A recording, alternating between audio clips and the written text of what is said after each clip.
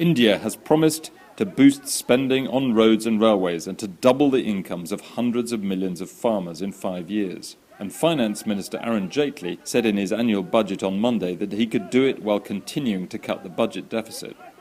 According to the official numbers, India is now the world's fastest growing large economy, thanks in part to the windfall benefit from the collapse in the price of the oil that India imports.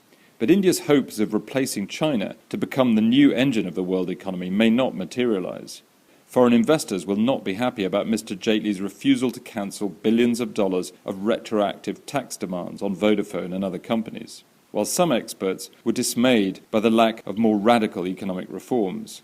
I'm personally a bit disappointed because budget has been the platform in which the Indian government has been making all their important announcements regarding fiscal policies and etc. So to that extent, we did expect some big bang reform announcements which would propel the economy into the future. We did not hear any big schemes as such. The corporate sector was looking for certain rate cuts in the tax rates, which has not happened. The individuals, on the other hand, the rich individuals are going to be taxed more.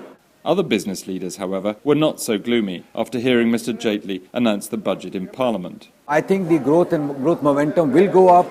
Rural India will get a push. The farmers will get a push. Infrastructure is very strongly articulated. Social sector and health is talked about in very great detail. I think all that is a very positive direction for this budget. Even if we had to overshoot the budget a little bit, I think there's nothing wrong. Because for India's domestic economy, we need growth and investment. I think that's a given. There was even some praise from business for India's decision to stick to the budget deficit target for the coming fiscal year and resist the temptation to pump up the economy with extra spending. If you look at the tax side and if you look at the overall budget, we are talking about a 3.5% fiscal deficit target and which he's adhering to. And he has not gone off target as far as that is concerned.